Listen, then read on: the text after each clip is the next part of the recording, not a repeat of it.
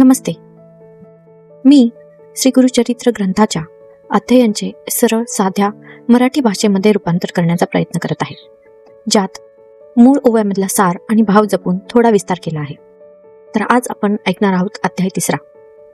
श्री गणेशाय नमः. श्री गुरुदेव दत्त.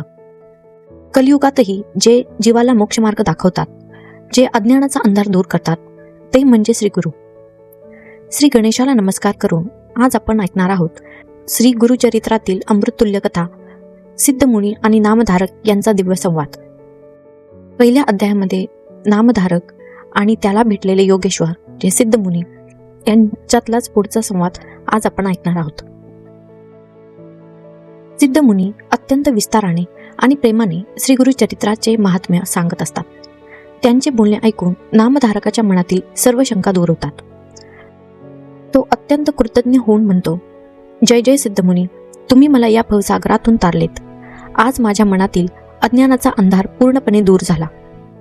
नामधारक सांगतो की गुरूंच्या कृपेने त्याचे मन आनंदाने भरून गेले आहे. तो सिद्धमुनींना विनंती करतो, आपला नित्यवास कुठे असतो, आपण काय ग्रहण करतात, मी आपला दास होऊ इच्छितो.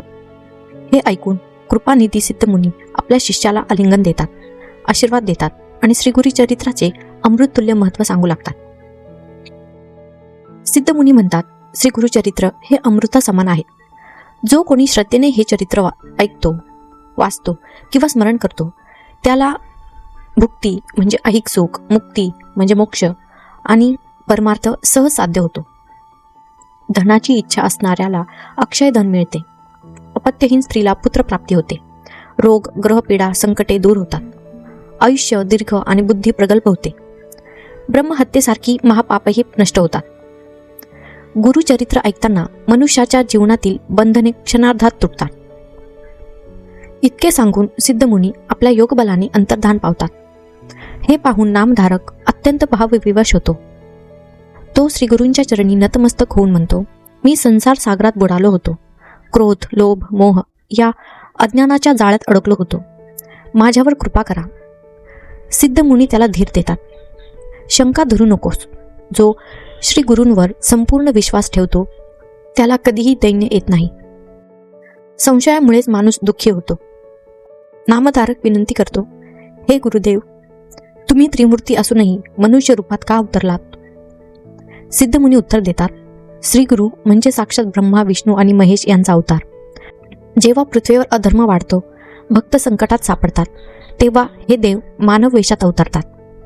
यासाठी सिद्धमुनी अमरीश राजाच्या एकादशी व्रताची कथा सांगतात. राजा अमरीश हा विष्णूचा परमभक्त होता. तो अत्यंत निष्ठेने एकादशी व्रत करीत असे. एकदा द्वादशीच्या दिवशी ऋषी दुर्वासा अतिथी म्हणून आले. अंबरीशाने त्यांचे आदरातिथ्य केले, परंतु व्रताची वेळ संपत येत होती. व्रतभंग टाळण्यासाठी अमरीशाने तीर्थजल प्राशन करून पारणे केले. हे पाहून दुर्वासा ऋषी रागावले व शाप देऊ लागले. त्या क्षणी श्री विष्णू प्रकट झाले. त्यांनी स्पष्ट सांगितले, माझ्या भक्ताचे रक्षण करणे हे माझे व्रत आहे. जर शाप द्यायचाच असेल तर तो मला द्या. तेव्हा दुर्वासा ऋषींना कळून चुकले की विष्णू भक्तवत्सल आहेत. त्यांनी सांगितले की पृथ्वीचा भार हलका करण्यासाठीच विष्णू विविध अवतार घेतात. सिद्धमुनी सांगतात, सर्व अवतार कार्यकारण भावानेच होतात. काही प्रगट, काही गुप्त असतात.